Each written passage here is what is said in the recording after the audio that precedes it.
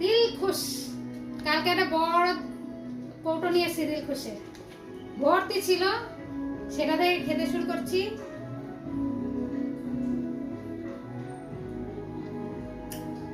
Heavy খেতে।